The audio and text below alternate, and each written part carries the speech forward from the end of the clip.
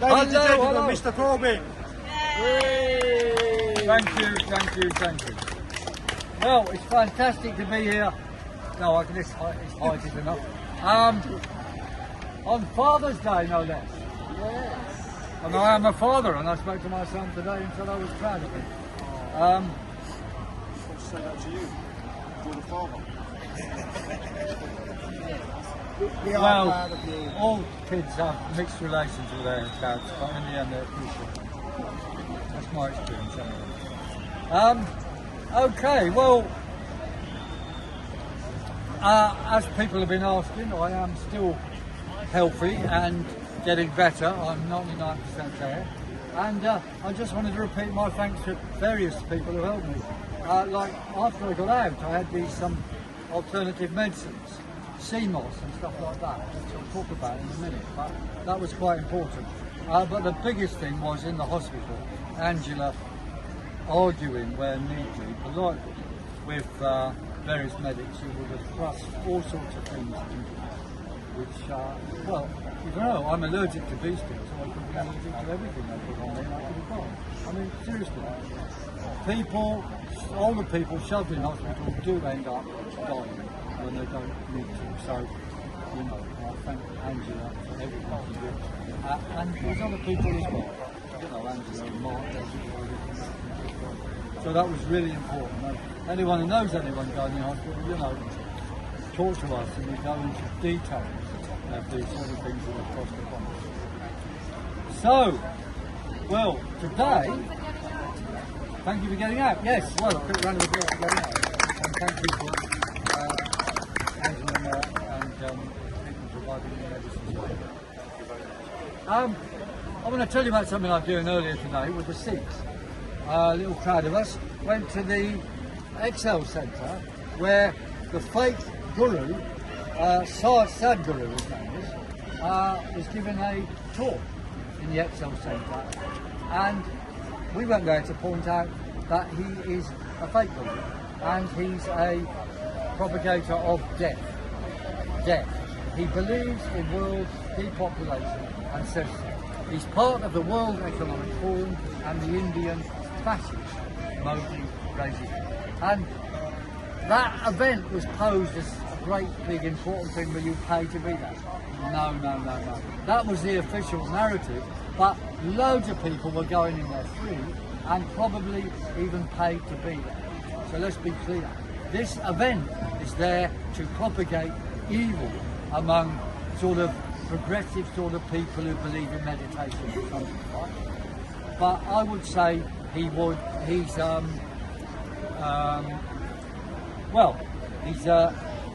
meditation for, what would be the phrase? Yoga. He's yoga for death. That's what this guy is. He's yoga for death. We don't want yoga for death. What is this? But Yoga for death. Yoga for death. That's what Sadhguru. And the Sikhs are very, very good. It's interesting. People going past just kind of listening. One or two taken aback. But you know, if someone turns up being a guru, you don't want to disbelieve them, do you? But be clear, the World Economic Forum and the enemy against us will infiltrate everything, absolutely everything, to confuse and deny, you know, our message. And I'm not against people meditating. You need to meditate. You need all those things. But that can be used as a way of drawing people out of activity when there are times they ought to be active. Not to say they've got to think as well and meditate. That's right. But beware, there will be many factors acting against us. Okay, so what can we say about this? We should have a little chant, I think. No to depopulation. No to depopulation! No to depopulation! And on the fake guru, well, no to, what do we call it?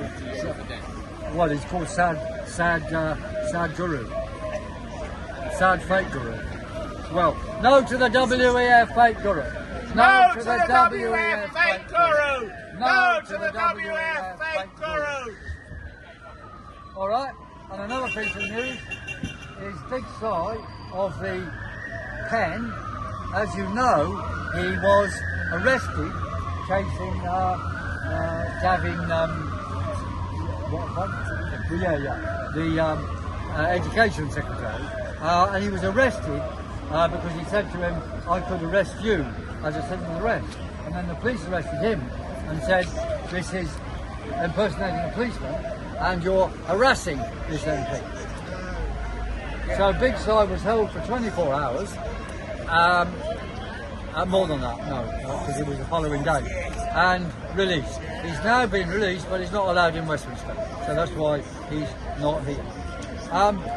But there's been huge publicity around the world about this case, and it mentioned a certain conspiracy theorist who was involved in helping him get out, let's put it like that. But it's got this, great quotes in there, like, he tried to read a poem in court, that is put there, and he's associated with Piers Corbyn, well-known brother of former leader of the party and conspiracy theorist and climate change denier. Yeah. And I am proud to be a climate change denier in their vocabulary. But of course I do not deny climate change, I deny man-made climate change.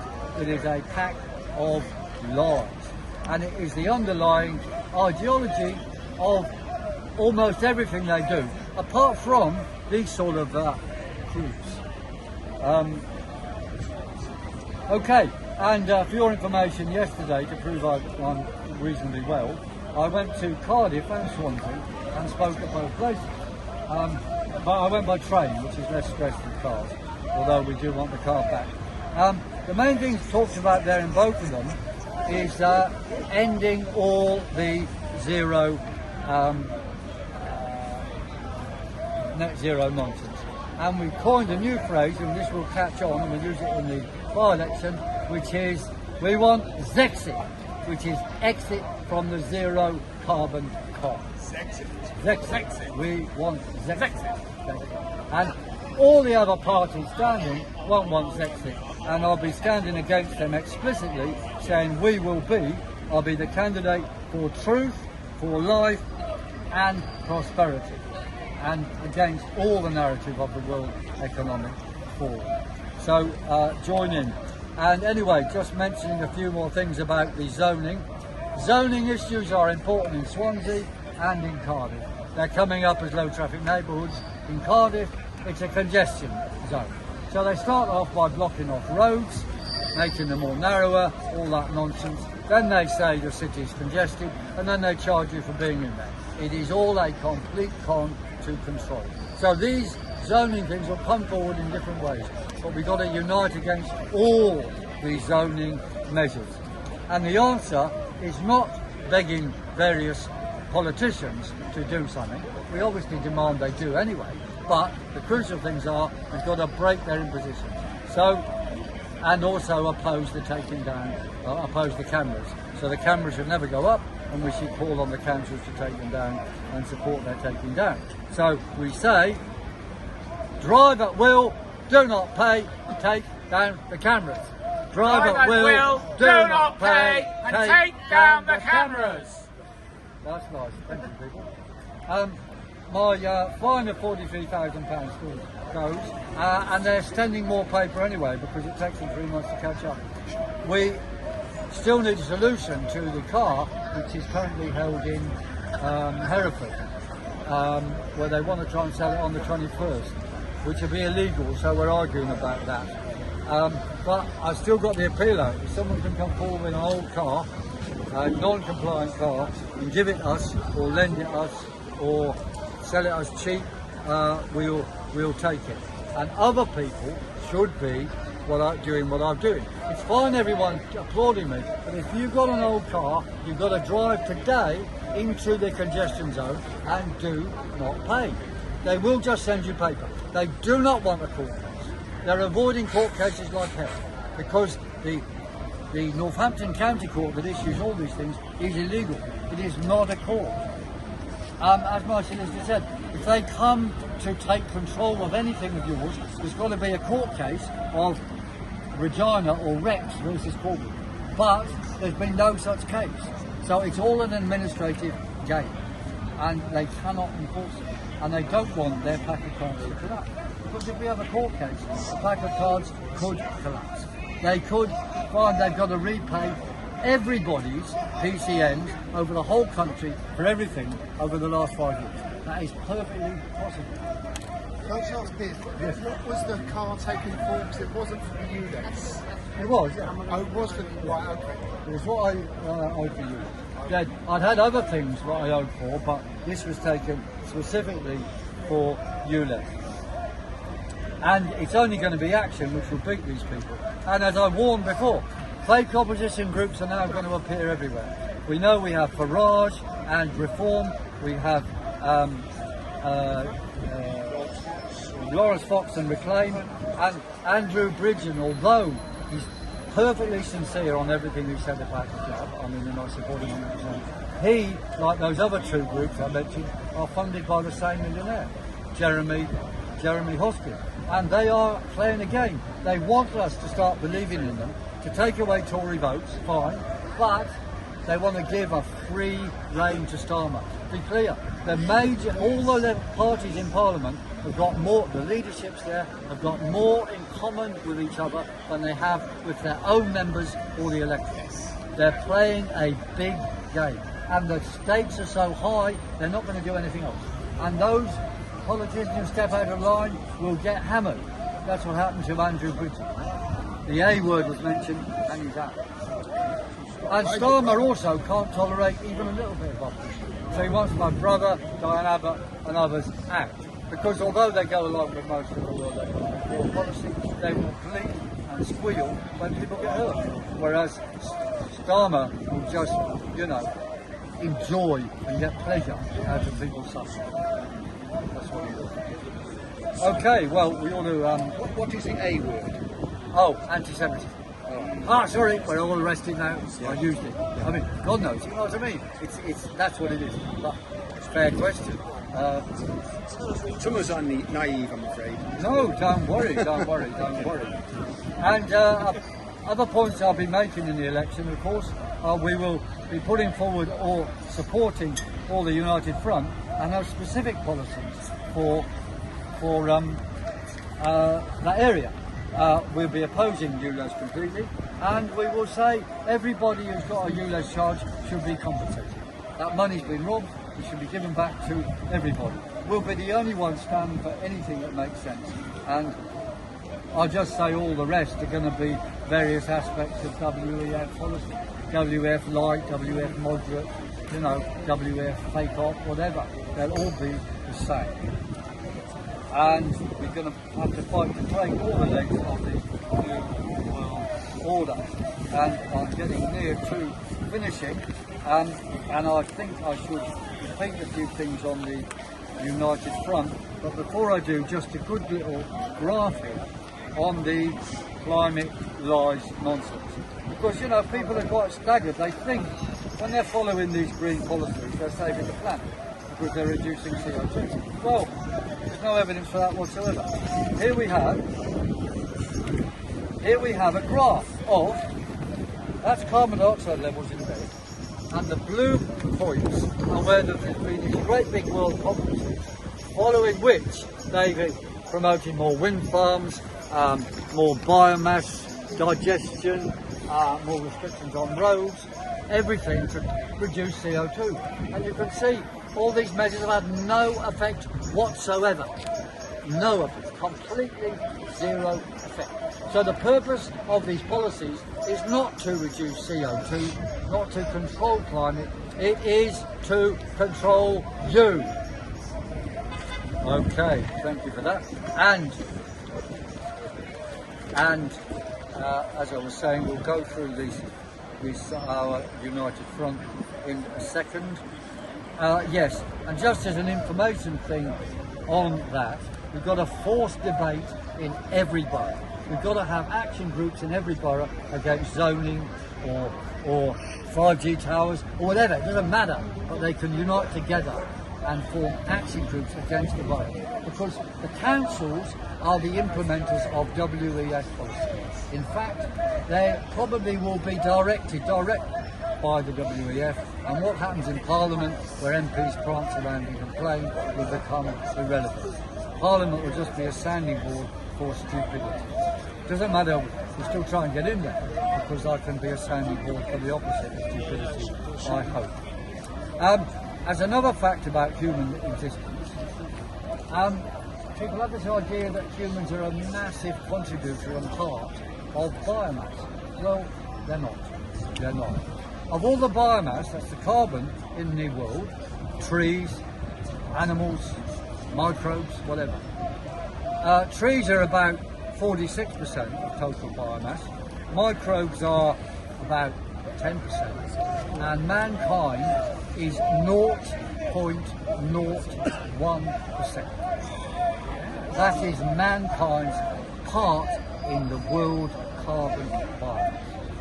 And to imagine us doubling, it's very well researched. It's in biology books and so on. So, XR, Just Stop Oil are completely deluded, and of course funded by the oil corporations anyway. Because the oil corporations use them to prance around, promote price increases for oil, and double their profits at the expense of losing maybe 5% of energy production to alternative energy.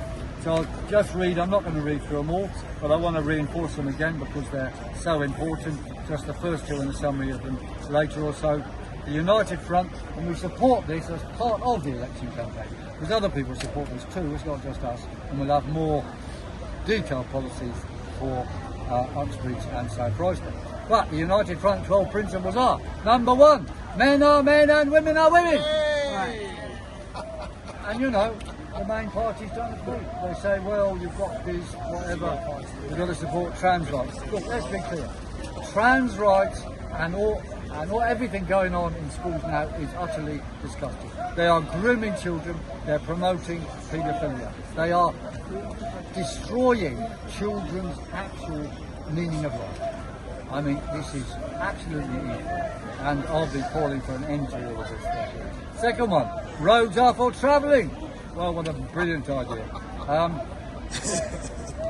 Anyway, we know they're heading for pay per mile, and on that, the next very big event on ultra low emission zone is going to be over here, Marble Arch, on the 25th, which is it's a Sunday, right? 12 noon. 12 noon. Is it a Sunday? Yeah, Sunday the 25th, 12 noon. That'll be really good. Third one, man-made climate change does not exist, and carbon dioxide is the gas of life. End all the COVID restrictions, no more lockdowns, accountable health, and so on, and for evidence-based science. And I'll repeat again because it's so important, that they are getting rid of evidence-based science.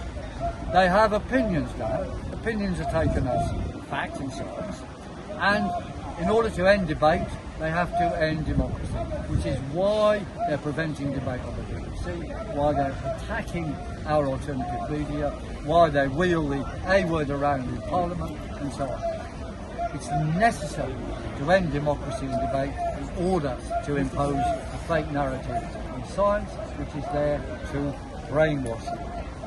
And of course, we have to end up with these: accountability, no censorship on the media, and an accountable legal and police system. So I think I should end there, and thank you all for listening. I don't know if Mike is coming or not, but I will just end with our usual thing. Resist, defy!